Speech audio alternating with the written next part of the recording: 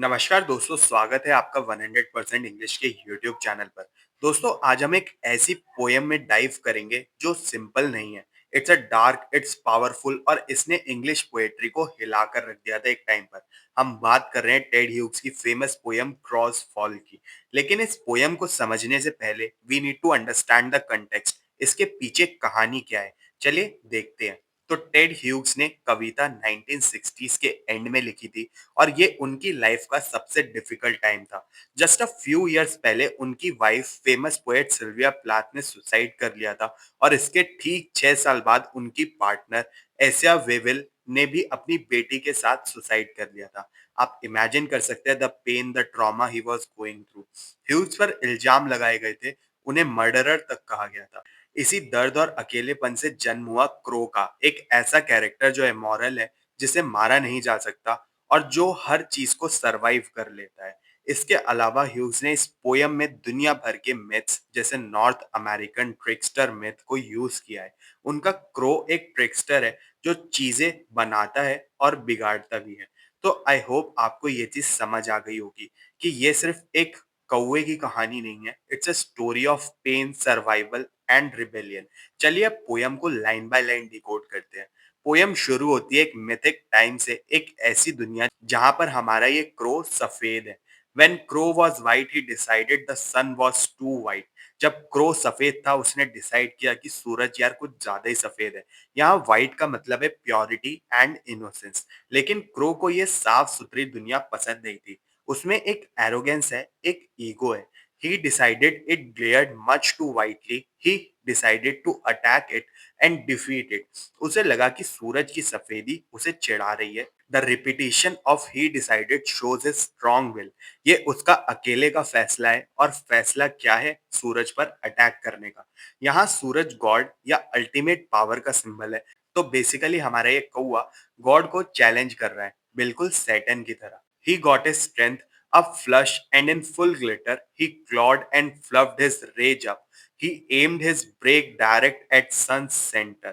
उसने अपनी पूरी ताकत इकट्ठी की, गुस्से से अपने पंख फड़फड़ाए और आसान भाषा में कहें तो ही प्रिपेयर्ड फॉर वॉर। उसने अपनी चोंच सीधे सूरज के सेंटर पर एम की।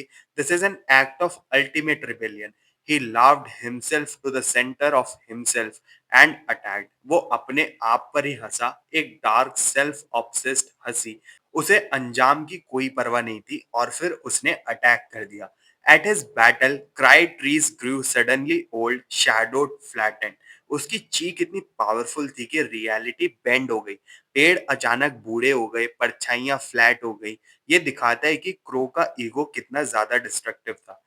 But the sun brightened, it brightened and Crow return charred black. लेकिन हुआ उल्टा। सूरज कमजोर नहीं हुआ बल्कि और ज्यादा चमकने लगा और क्रो वो जलकर काला हो गया। चैट ब्लैक, ये है क्रो का फॉल।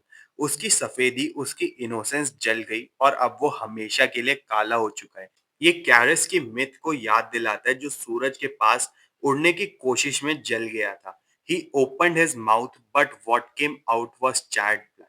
उसने बोलने के लिए अपना मुंह खोला पर उसके अंदर से सिर्फ जला हुआ काला धुआं या कालिक निकली। मतलब उसका अस्तित्व, उसकी आवाज, सब कुछ हार चुका था। अब there he managed where white is black and black is white, I won. और अब आती है सबसे इंपॉर्टेंट लाइन। हारने के बाद भी क्रो हार नहीं मानता। वो कहता है, ऊपर जहां सफेद काला है और काला सफेद है, मैं जीत गया। ये एक पोएटिक डिवाइस है जिसे चियास्मुस कहते हैं, जहां वर्ड्स का ऑर्डर रिवर्स हो जाता है। क्रो अपनी खुद की रियलिटी बना रहा है, एक ऐसी उल्टी पुल्टी दुनिया जहां हार का मतलब जीत है। He is refusing to accept defeat. वो कहता है, तुम्हारी दुनिया में मैं हारा पर मेरी दुनिया में मैं जीत गया। आई होप आपको ये चीज समझ आ गई होगी।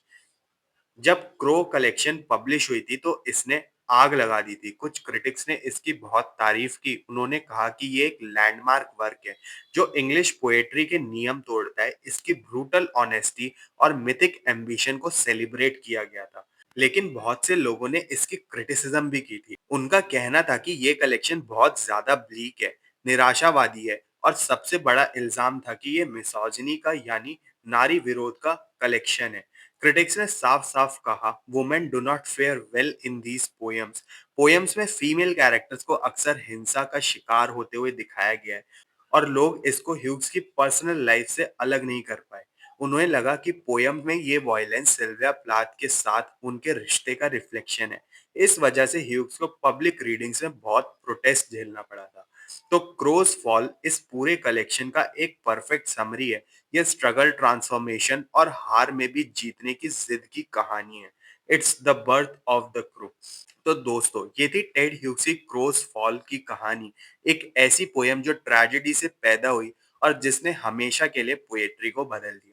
आपको ये एनालिसिस कैसा लगा, नीचे कमेंट्स में ज़रूर बताना। और अगर आपको ये वीडियो पसंद आया हो तो इस वीडियो को लाइक और शेयर ज़रूर करें और 100% इंग्लिश चैनल को सब्सक्राइब कर लें और ऐसे डिटेल्ड एनालिसिस और मोर देन समरी पोयम समझने के लिए। मिलते हैं फिर अपने नेक्स्ट वीडियो में। तब तक के लिए happy studying and best of luck for your upcoming examinations.